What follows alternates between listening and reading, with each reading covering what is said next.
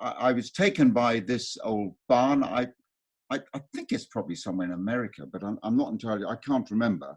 I was looking for something that was going to give me some contrast, um, however that contrast might be. And then I got taken because I had mentioned the word. I don't know why I said I was going to do geese, Lois, but it was the first thing that came to my head. So I thought, gosh, I've got to do geese. So I got this picture, and then I merged the two of them using something like Photoshop to make this picture here. And so where I have put the geese and how I have juggled that around is part of me thinking about composition. One of the reasons why I thought that these two pictures would work is because they were both taken from the same eye level, the sort of fairly low down. The sheep are low down, and the barn was from low down. So I have put these where I put them here. Now, I'd just like to say that when we're talking about the composition, it's entirely up to everybody here how you compose your own pictures. Now, for instance, I wasn't sure how I was going to do this initially. And at one stage, I was going to do something like, let me just show you. I'm going to do something like this. We're going to home right in on the barn. And wasn't sure quite what I was going to do with the foreground. I was either going to have more foreground and less barn, or more barn and less foreground. And whilst I go through this demonstration, if you decide that you want to work your one much more tightly around the geese, for instance, it's quite interesting. So you're emphasizing the geese and the barn becomes very much a sort of background, then by all means do that. It won't affect at all the things that I'm saying when going through the step-by-step process. However, for my own painting, and this is what I did for the practice painting I did here before, when I was thinking about quite what I was going to do, I decided in the end to put most of the barn in, take it up so it was cropped near the top of the painting, and have some foreground to play with in front of the geese. Let me begin my drawing now, and we get going with this. Let's stick this picture here. Right. So I will go along similar lines to the practice painting that I did,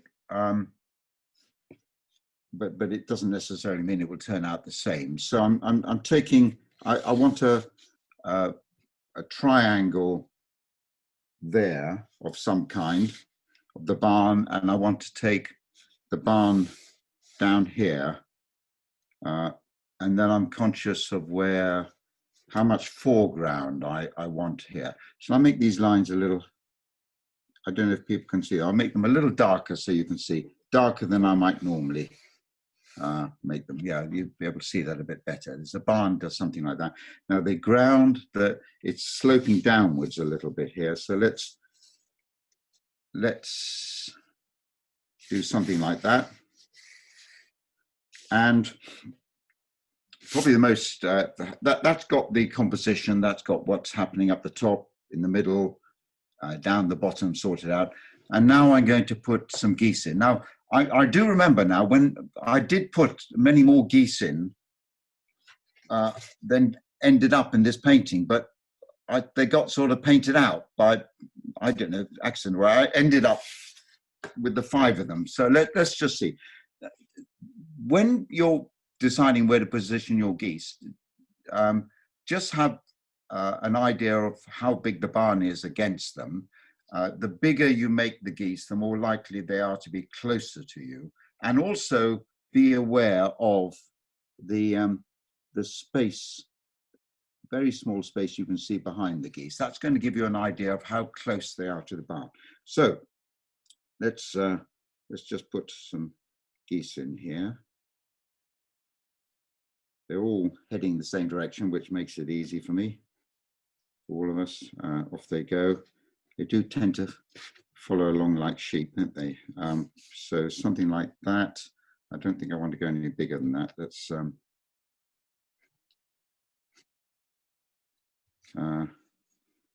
let's stick one in here. He's a leader of the pack. They often say that if you want to show anything in suggesting some sort of numbers, you should always go for 5. I think that's probably people who do flower arranging would be aware of that. So there's my 5. I'll put a couple more in, just see what happens. They may get lost in the painting, and put one down here, straggler. Right. Now, what more do I need to know at the moment? Okay, let's put this something going on up here, which is the top of the barn. It's a sort of space there, which is an open type barn, and do I need to worry about anything more than that? Some sort of a gap there. We've got a bit of machinery. Let's put a door here, an entrance here, and an old tractor of some kind there, and some other bit of machinery here. I don't know what it is. It's a combine harvester or something like that. Something there. And I don't need to get too bogged down in all the woodwork or exactly. Let's stick another sort of entrance there, and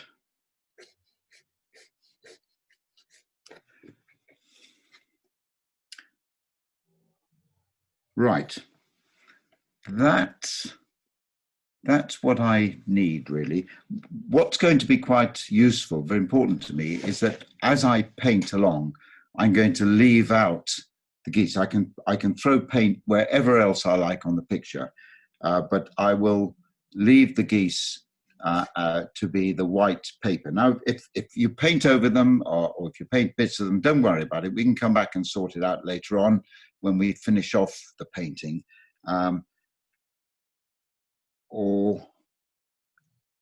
That's really all you need to know at the moment. I mean, there are different ways of doing this. Some people like to use masking fluid and fluid off that.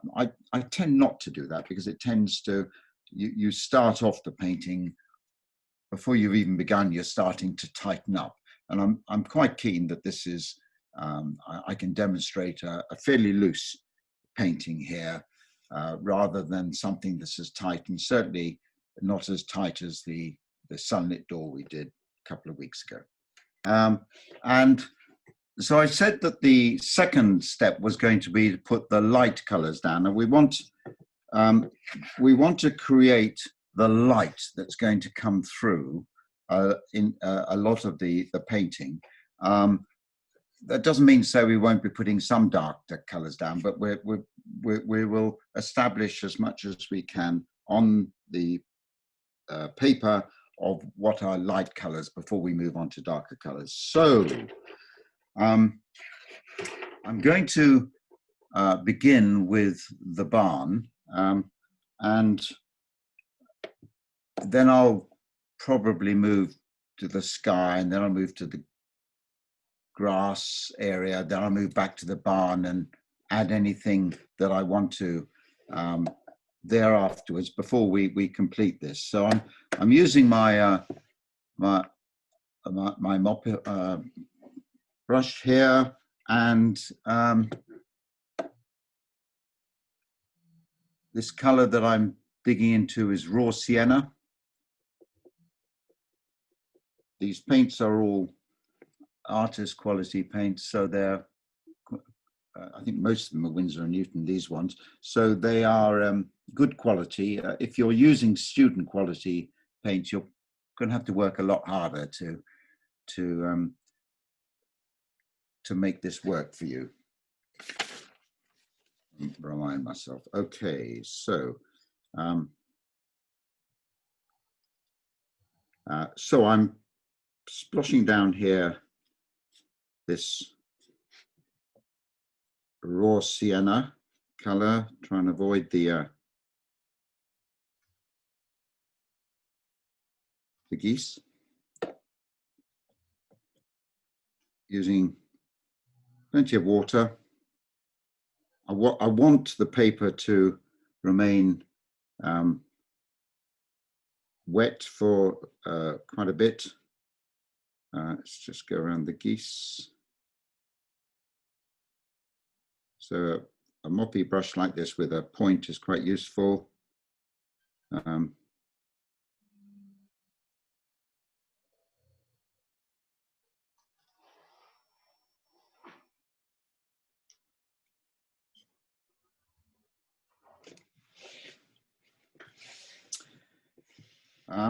Okay, let's come away from that for a moment, although I will be coming back to it. There's too much water on there for me to play around with it at the moment. I just want it to dry a little bit. I still want it to be wet, but I dry up a little bit. So take a look at the sky. Now, last week we did a sunlit Tuscan door. Although there is a good light here, so you've got shadows and so forth, I'm quite keen that it's not necessarily a scorching hot day, which is, so the color I'm going to choose will be French ultramarine, and I'll mix a little bit of manganese blue in. Now, on the literature I put out, I did talk about alternative colors you can have. You don't have to have exactly the same colors as this. An alternative for French ultramarine would be, say, something like phthalo blue, a dark blue, particularly a blue that has some sort of red in it, a warmish blue. And the manganese blue I'm using here, a similar color would be cerulean blue. In other words, a blue which tends to have more yellow or green in it. So you've got a warm and a cool blue. The reason I use manganese is because it is a transparent color, whereas cerulean is an opaque. So all of my colors, with the exception of one, are transparent. The first color I used was raw sienna, and you could use yellow ochre for that. Yellow ochre tends to be a little bit cooler, but if you wanted to warm it up just a fraction, you could put a little drop of, say, vermilion in. I mean, a tiny little bit, but yellow ochre would be fine. So I've got a blue here. It's quite thin, the paint at the moment, so I'm going to pop it down here, and I don't need it to touch the barn. It can come quite close to it. In fact, I'll be quite happy to leave little gaps of white there. I may be able to do something with those later on. So I've got a question for you, Mike. Yes. Jeff's asking you, he expected you to start with the sky, and why did you do the barn first? I did. Well, the reason I did the barn first was because it probably doesn't make any difference at all. But it was giving me a chance for the barn to dry. I'm then going on to the sky, then I'm coming back to the grass. By the time I get back to the barn, the paint will have dried a little more. At the moment, it's flooded with water too much, and I knew that was going to happen. So I put in something like that. I'm just going to make the sky a little bit a little bit bluer, so pick up some of these colors and pop them here, but I'll leave it at that, I think, and just see what that's going to do for the sky. We can come back to the sky. There are going to be things over the sky anyway. Oh, I think whilst I'm at it, let's pop a bit of sky in there. Yeah. Right, now look at the bottom of the painting, the foreground, and let's play around with, let me just try it. I've got a lemon yellow here, this one, lemon. And I'll, my only non-transparent color is this cobalt. It's semi-transparent, this one. So I'm just going to add a bit of cobalt blue to it. Let's just see what I've got here. It wants to be light anyway. And I'm going to just take that. Doesn't even need to be as dark as that. Just take that here. So let's go around the dreaded geese. This. There we are.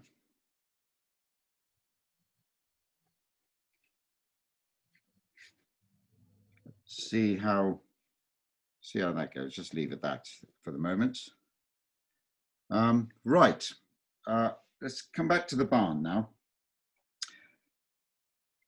It should be fairly dry, but I want to start adding some more interesting colors. Let's go back to my raw sienna and just put a little bit up there, and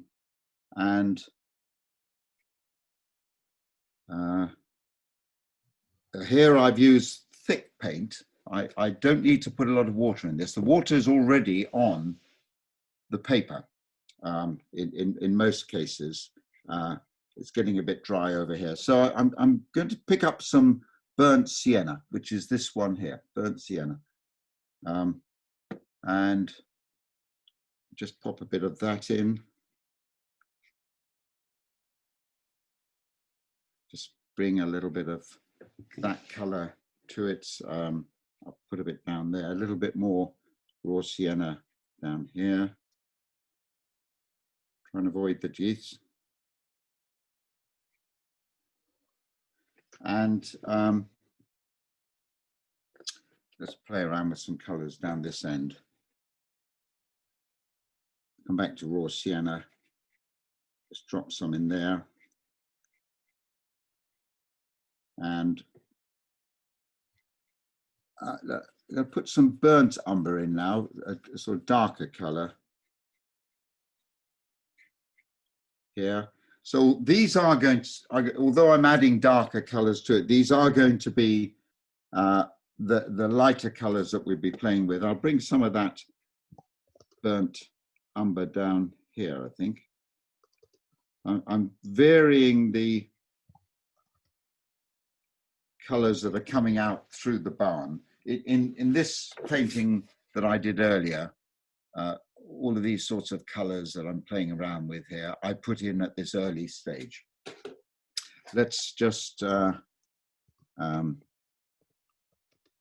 a bit of alizarin crimson and pop a bit in there.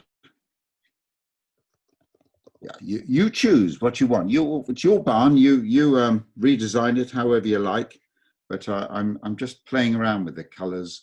It's a dominant part of the painting, this barn, and I think these colors will pay off if you're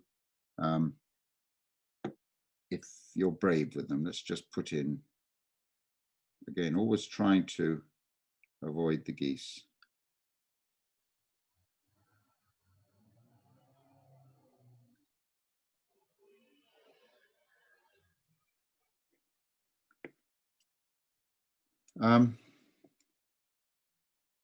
Right, let's pop in a couple of other colors whilst I'm at it. This tractor down here might be quite useful to put some red in there for the tractor. And I think what I'll do is I'll put a blue bit of machinery in here.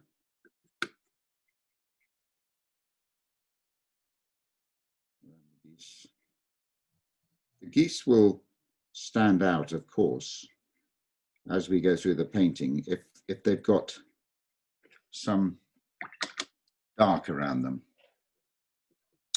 So going around the geese like this is quite a good thing to do. Now, do I need to do anything more? What about here? No, I won't do anything more with the foreground. And in fact, I won't do anything more with the sky. Just one or two little, just put a bit of color in there. All of this is going to get taken away, is going to get lost in details of the barn. So I think the less I can have of a pristine, flat painted barn, the better. It's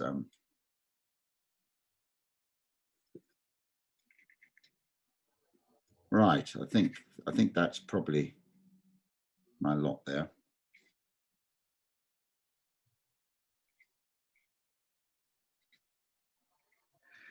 So that's having put the light colors in.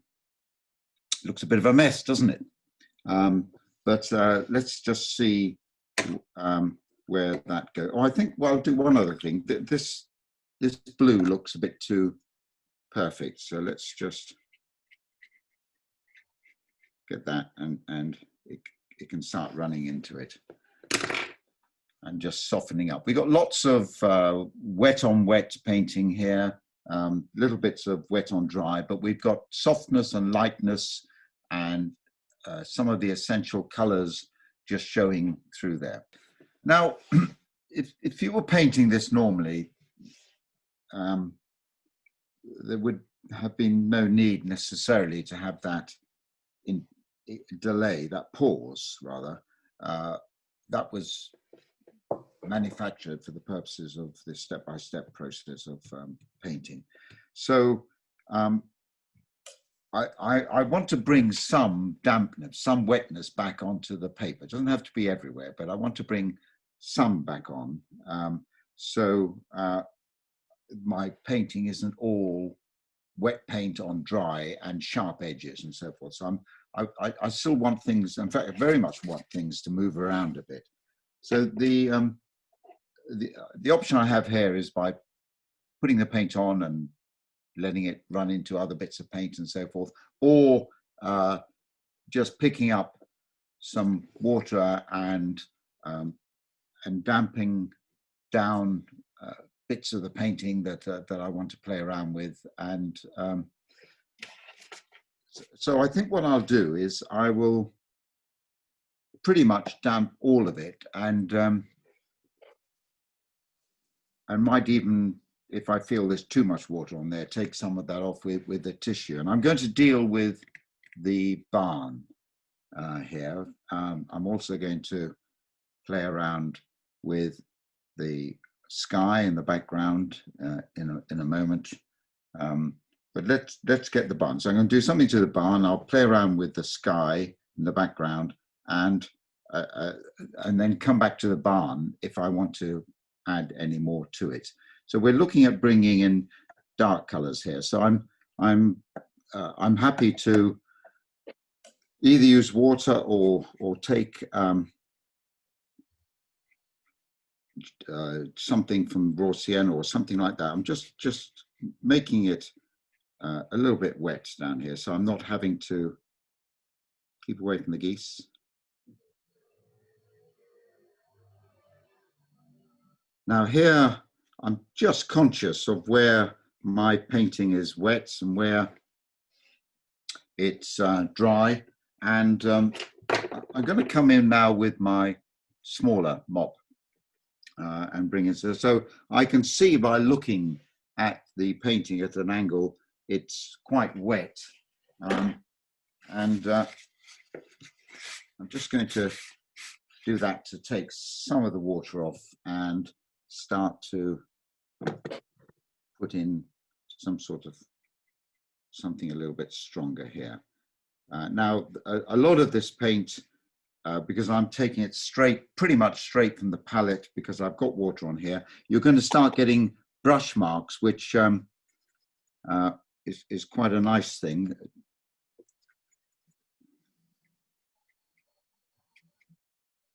I've just picked up some burnt sienna. I picked up a bit of burnt umber and put in some burnt umber here.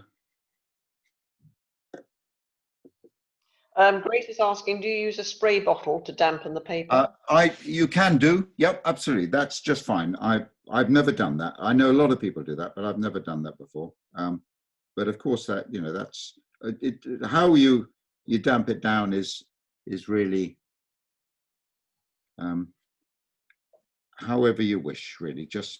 But the important thing is to be aware of where the water is. And I want to start playing with this whilst bits of it are damp. I'm still protecting my geese as much as I can. This little brush is great for that. Okay, a lot of this is quite damp now.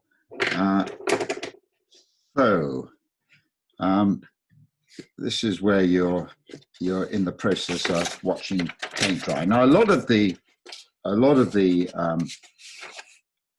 painting is drying quite quickly, so I'm going to mix up some darker colors here, a burnt umber, for instance, and ultramarine blue, a bit more burnt umber, and start painting one or two bits. Right, you can see if the marks that's made there, the water's quite dry, but that's fine. I'm happy with that. Just put in some sort of marks here. A lot of these are fading away as the water gets them, but that's fine. I'd like some soft lines. There's quite a bit of water here. Let's just put in some marks there.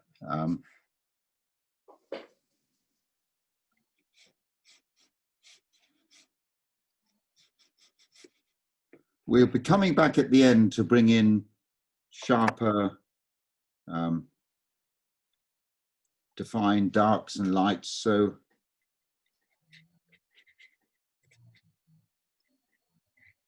I'm using the edge of my brush. This is where rigger is really great, just to bring in sort of marks like that. I think I'll do some here.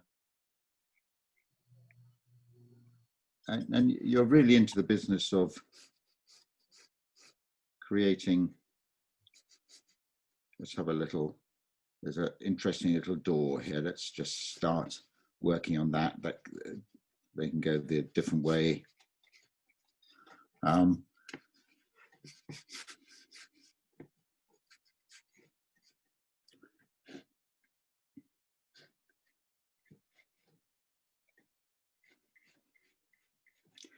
Right, I'll just bring in some crimson. And I'm just playing around with colors here, so everything's not exactly the same. We'll bring in some crimson marks here.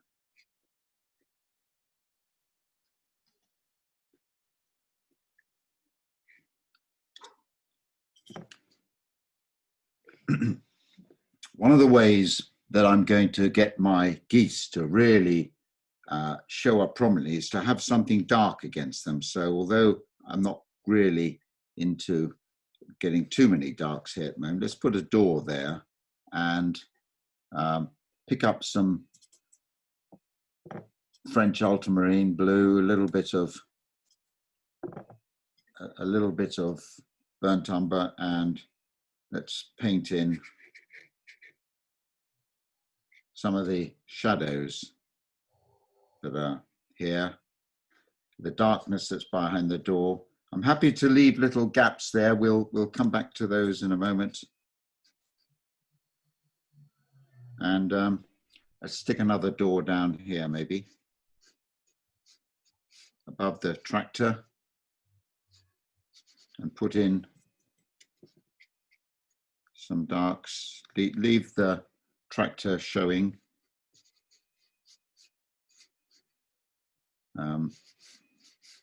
So I'm, if you like, hopefully you can see it's building up. It's not got the intensity of, some of these darks here. I'm going to bring those in later on, but I'm creating the patina, if you like, of the barn, this great old barn, which I'm sure comes from somewhere in America.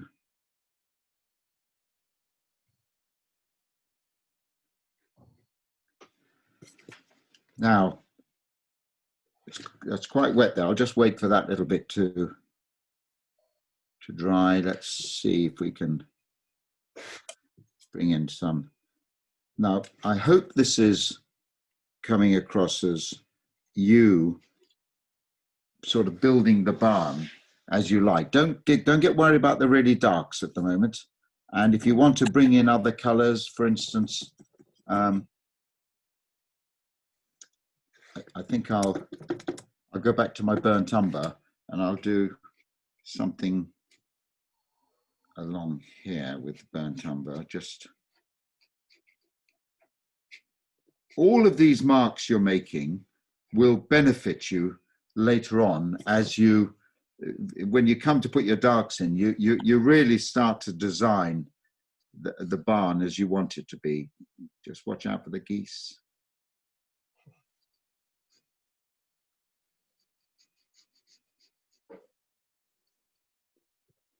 And no line needs to be a constant line.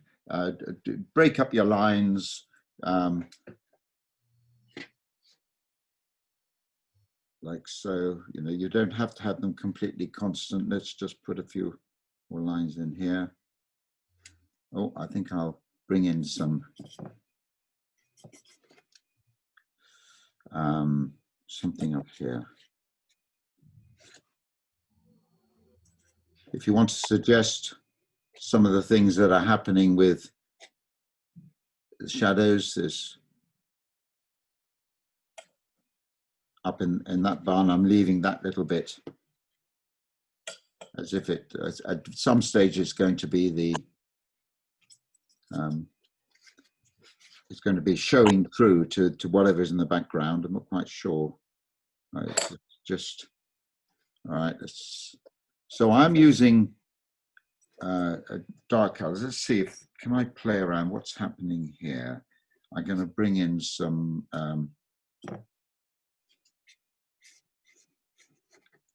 put in some raw sienna there, and let's go to my burnt umber and put some burnt umber in there.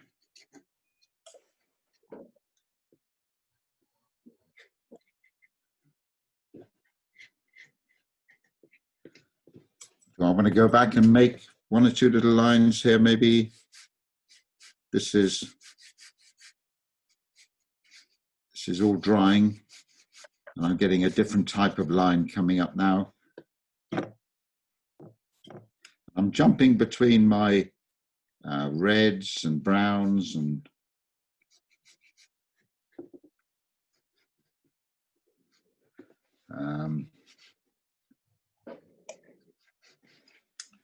is there much more I need to do just at the moment? Let's just see. I can come back and do some more if I want.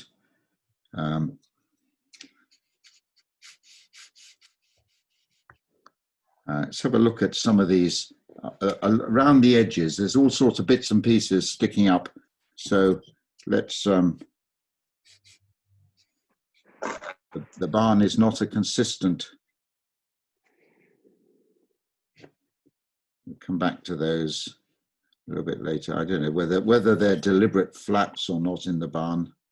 And what's going on down here? Bring in some reds here.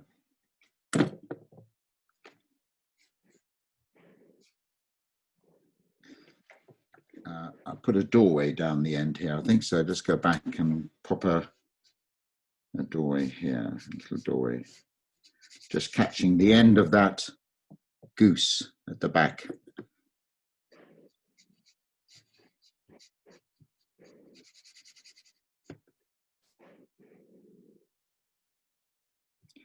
So I'm using my brush on my side, using all sorts of things to get marks. Let's just, what am I going to do here? I'm going to, right. I think I'm nearly getting to the end of the barn at the moment. Let's put something in here. This is the shaded bit, but I'll come back and add the dark areas to it there. I think that's probably enough for, there's a window that I was going to put there. Come back to that. And right, so that's going around the barn. I'm going to move on to the sky in a moment. So if I could recap on that, just so that before we move on to the sky, we started off with a fairly bland, well, we started off with a bland sort of raw sienna bit put down there, and to make the colors lighter, I added various types of other colors, burnt sienna, little bits of crimson, brought them down, tried to avoid the geese wherever I came to. I added some other touch of the colors, these two farm implements here, the tractor and whatever that is. I deliberately made that two different colors. And then in this painting have brought in further colors and wetted a lot of the barn so that I would still get interesting marks flowing into each other. And although I have brought in some dark bits here, I haven't done the very darks because I've put a range of different colors on there. So hopefully you're getting some kind of a patina showing through. It's still allowing the light to come out through all that, and that's going to be very useful to us later on. But it's not a finished object yet. Let's now move on to the sky. Now, in this photograph, the barn is obviously set up against some sort of a wood or forest, and I've taken the idea of that and brought it into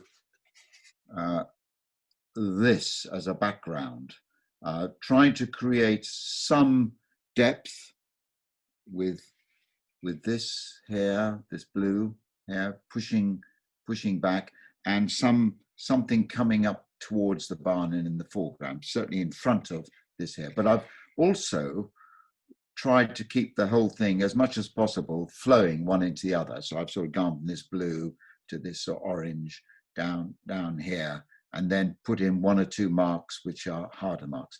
I've deliberately made that a lighter version and a much more subdued version of that, just to give some idea of maybe it's going away from you a bit, some variation. So that's what I want to do here. I'm not going to touch this. We'll deal with that separately. And for this, I'm not going to wet the sky at all. I'm going to leave the sky as it is and work on in. So what colors do I want? I think I might use this brush, and the colors I'm going to play around with here are I'm going to start off with the blues and then paint them down, and then come into the warmer colors and then the foreground colors here. And some of that color is going to be shown through here as well, I think. I'll probably leave that, yeah, more or less sky, I would say, up there. So let's go to something like French ultramarine. Oh, it's magic. Who said it's magic? Painting is magic. So I've got some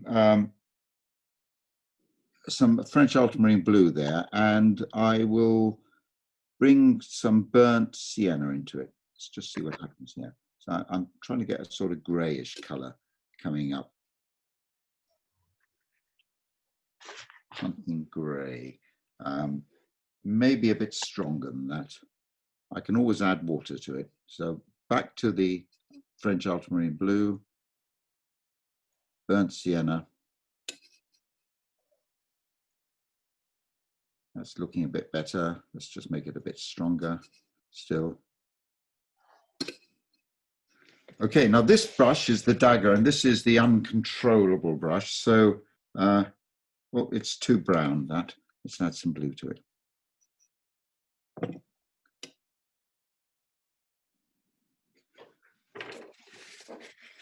There you go. So these are the trees that are, remember, watercolor always dries lighter than you think. Just make some of that. And I'm going to put some of that here, but I'm going to add some water to it.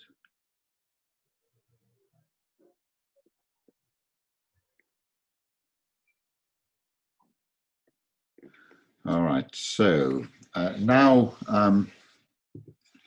let's move on down. I'll pick up something like burnt sienna and put that in here.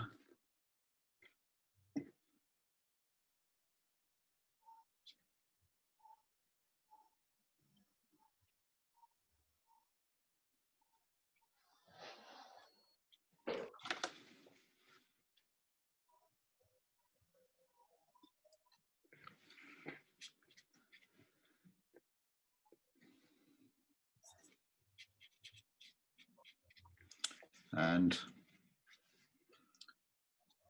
some raw sienna down here, maybe just lighter colors. Let's see what happens down there.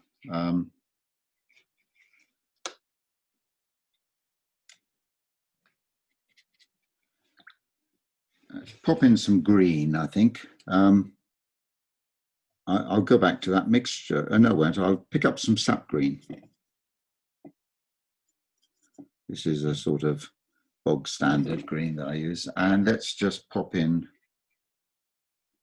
some of it here. If you can leave little bits of white paper or lighter colors showing here, then that's great, because that will just give an indication later on of the light on the top of the building. So we've got some grass growing there. And I think what I will do is, let's put some of that grass down here, maybe. Let it just sort of paint itself. Right. We need any more than that. I don't know if I pop a bit of yellow gamboge or something in here, just to play around with that. And that's quite bright, that green, isn't it? Let's leave it. Let's leave it and see what happens. The paint is still painting itself here, and we're happy for that to happen.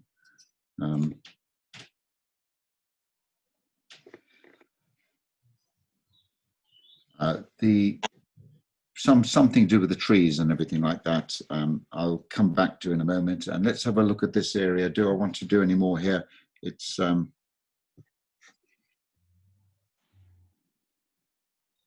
that's right.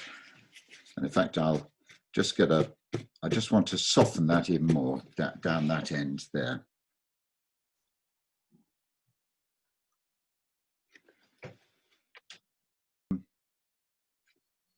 I think my barn overall is going to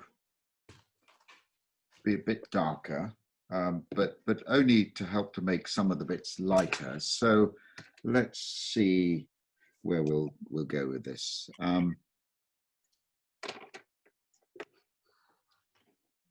Okay, well, I'll start off with it mixing a dark color, but I'll sort of jump around and maybe add some other colors to that. So I'm going to mix up, let's see where we go. I'm going to mix up a French ultramarine. See that? Yep, French ultramarine and burnt umber. It's going to give me a sort of good sludgy dark color that I can dip into.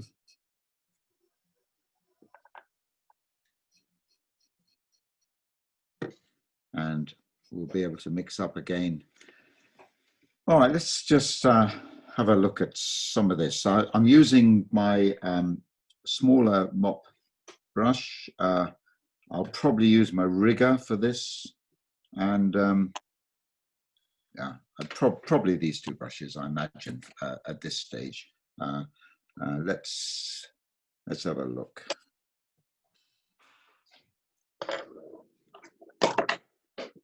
Okay, let's put some depth into the top of the barn here with that, and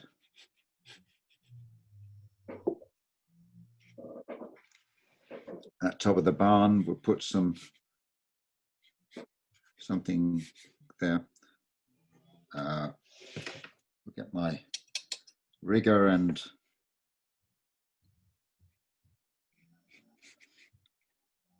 put an accent under the eaves of the building and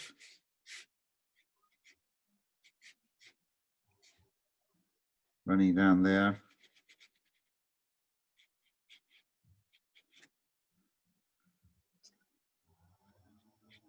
The light is generally coming from overhead, more or less, in this painting. So I'm just aware of that. And with the this dark color I've mixed up, I've just added some water to my brush and made one or two other little marks here. So it's not always the same regular type of lines that I'm getting in here. I think, let's have a look at what's going on. There's some sort of a shape there that you can sort of see through like that. And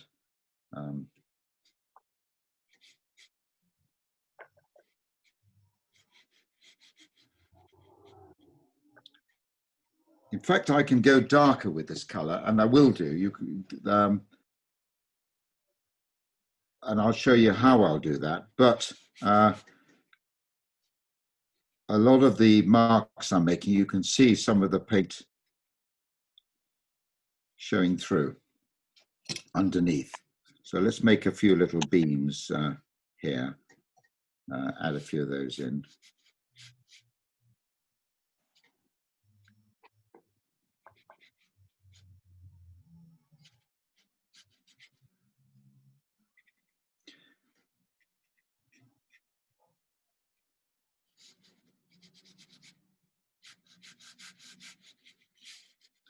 That gives us some indication of looking through there. Let's carry on what we're doing.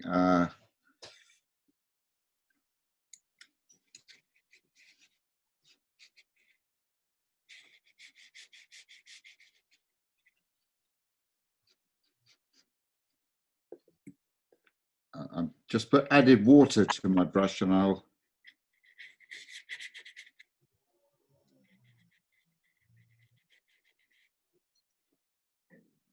I've dropped some of that dark color in there and let that sort of work its way across all these little beams we've got here. I'll do the same with that.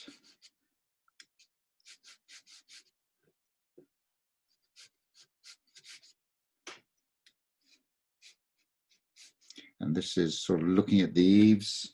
And you know, I spoke about leaving little light patches, if you want to, down the sides of the tops of the barn. Well, they'll be quite useful just to give some suggestion of the light falling on it.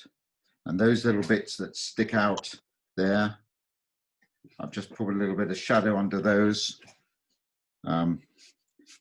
Actually, the best bits of the painting nearly always will be the accidents, things that happen by accident when you're at this stage. So I'm mixing up some more French ultramarine, burnt umber,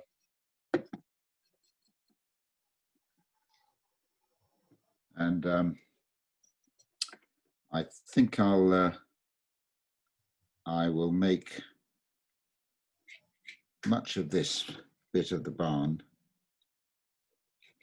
dark here, just because of the overhang. Let's just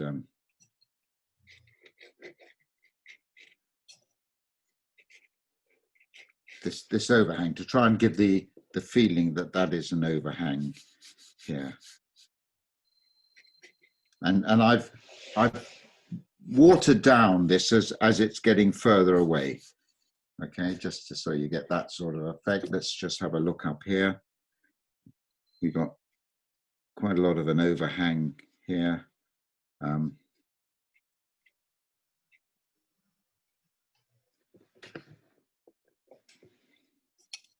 amazing how you go through this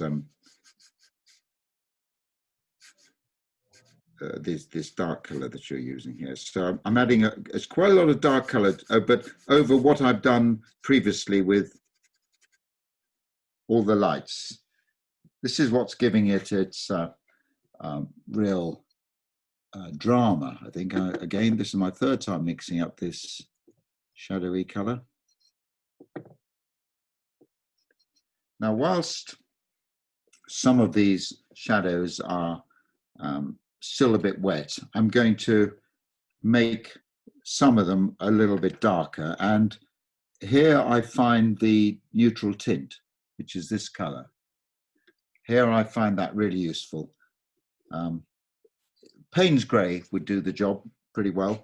This just happens to be a, so I'm just adding it to certain bits that I want to make even darker. Let's just make this a bit darker under here. And because the paint's still a little bit wet, and because I'm using a pretty wacky brush, I'm getting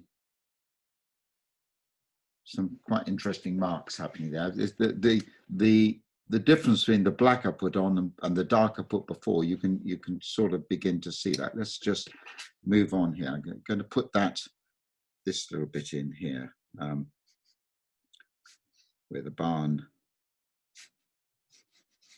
comes down, like so.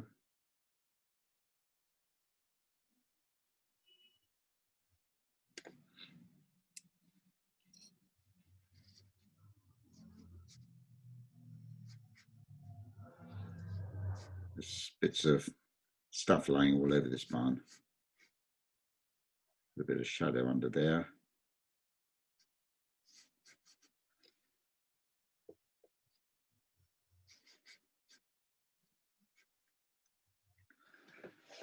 When I get to the edges of the painting, the top, around the edges and so forth, I tend to not make things quite so distinct and allow it to become even more loose in these areas.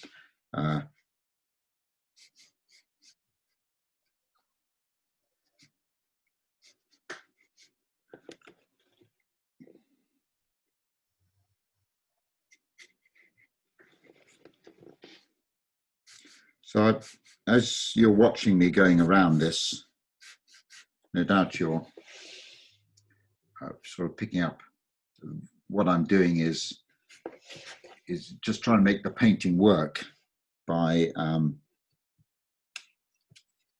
adding bits where I think it's going to improve the patina of the painting, of the barn. All right, let's move away. Let's take a look at what's going on here. There's some sort of gaps in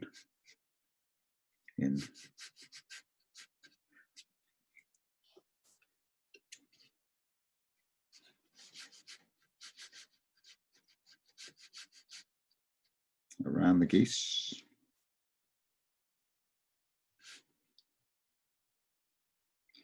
See, nowhere is there a need to paint everything exactly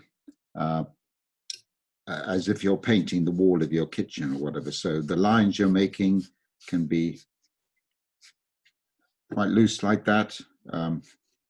They don't have to be followed all the way through. And you are, to a large extent, making this up as you go along. Let's bring something around this goose here. He needs to be brought out, I think, a little bit. And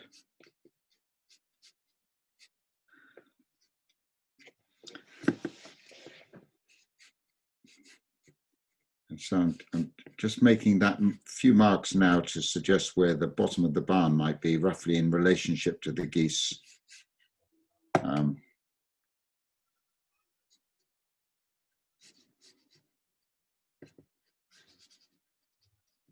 There's two of them here. Let's not forget that.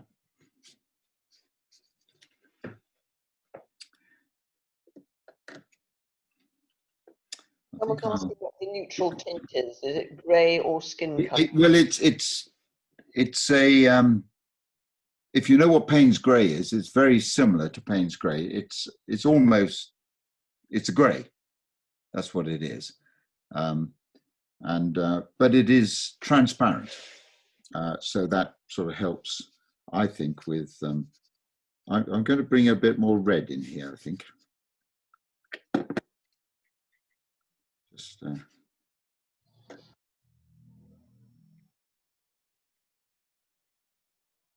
so I'll come back to that. I just want to add a bit of red to that. And because I felt like it, and that's entirely up to you to do what you like. And let's add a little bit of blue to this door here.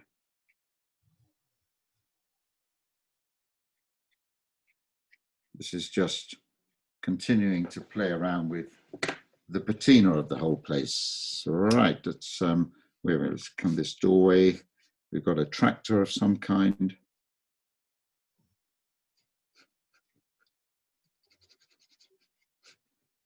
And it's coming out a little bit of the shadows. Let's work around the goose.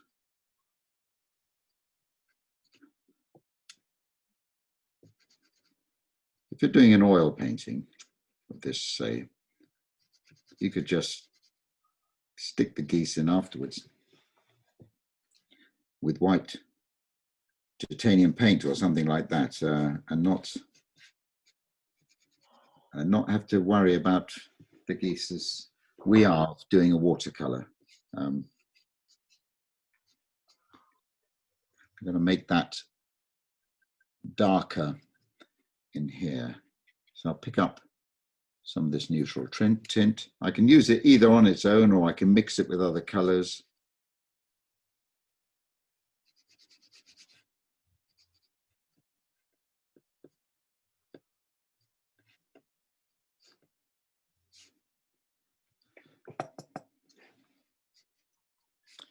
Looking again at the eaves. So in some ways, there's some similarities with what we're doing here, with what we did on the sunlit door, Tuscan door. Make that a bit darker.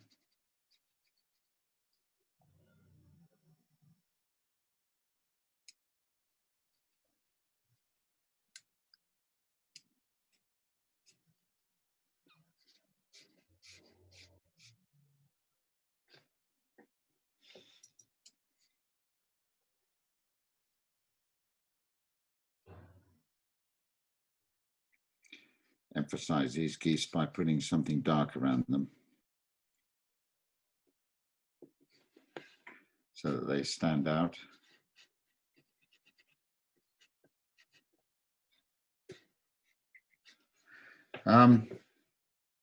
Right, I'm almost there. I'm almost ready to hand over to you. I'm going to do because there's so much going on here. We'll do the foreground as I'll add another step into that.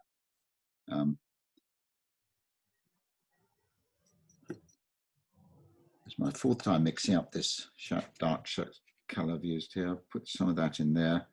As I said before, I'm not going to get too detailed right on the edges of the picture.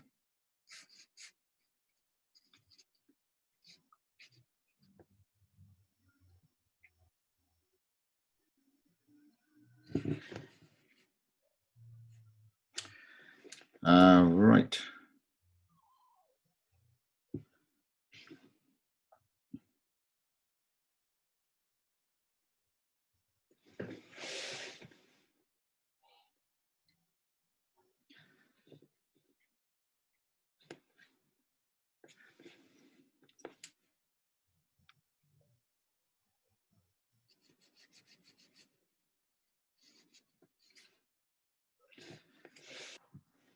I just want to add a few little lines across here, but it's still too wet. So I'll do that when I come back a little later on. Let's see. Is there anything else I want to do? I think I'll pick up some of this dark color and add some water to it and just tone down this blue bit of machinery. It's jumping out too much a little bit. Similarly, add a bit of shadow going across that one there. And so what I'll do is I'll stop at that point, let that dry. When we come back again, so I will add another stage. I'll do this, finish off this background. I'll do this foreground, finish off the geese, and if there's anything extra I want to do to the barn, I'll do it then. Let's have a look at the background. Again, if I were painting this, and maybe if we do something like painting along, I would do this at the time. I want to paint on something that's a little bit wet here, and it's become dry because I've been sitting and waiting. So let's just put a little bit of water there, a bit like someone said with their spray gun, but just a little bit of water. And I'm going to put just an indication of a few trees. So I've gone to my burnt umber, ultramarine blue, and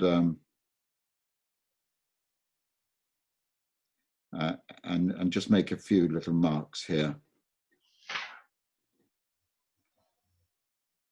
And these are working their way into the wet paint in some place, and I'll just add to them. So, okay, that's, I don't think I'll do anything more there. Now for the foreground,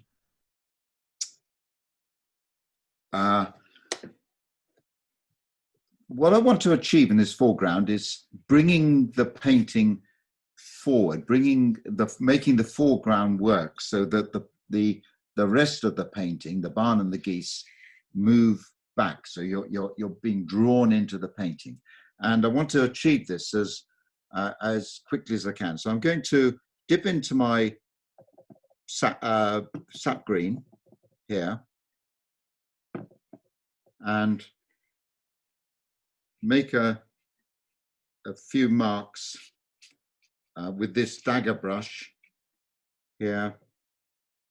Just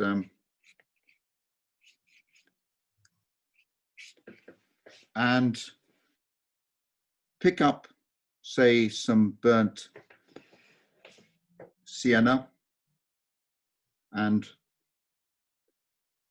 paint that in, and where it catches, it'll soften, and where it doesn't, I'm just adding a bit of water here and go back to the burnt sienna and just put a few marks. It's just an indication of something in the foreground, some sort of muck that you get on a farmyard, right? And I'm going to finish off we'll come back, just go to the geese now. And a couple of things I want to do in the barn, just whilst I was waiting there, just add one or two little bits and pieces. And I wanted to go back here, make a few marks there, and I think I'll make this inside this barn a little bit darker here.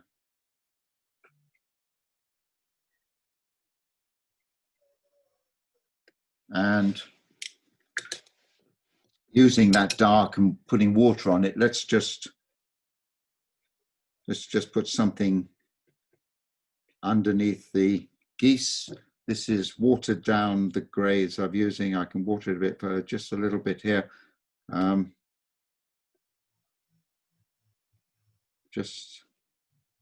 Yeah.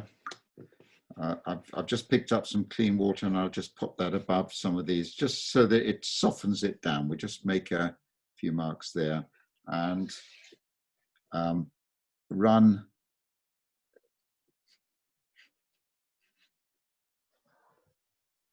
some shadows under the geese here. And I think finally, I just want to see where I can emphasize the geese by making some other bits darker around them.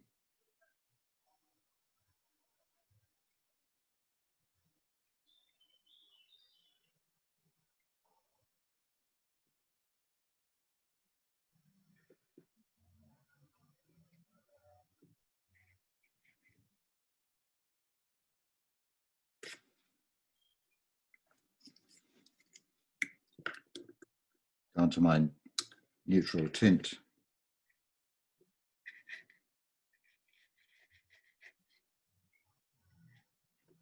I think, and so that I can speed this up, I have to dry that a little bit.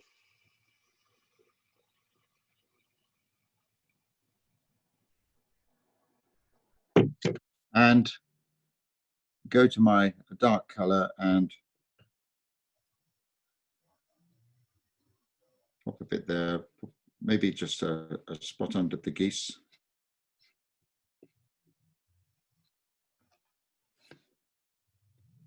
These marks in the foreground are literally just to draw your eye there and take them away. And then finally, if I need to, I don't really need to in this one, I can pick up a tube of white titanium or flake gouache paint,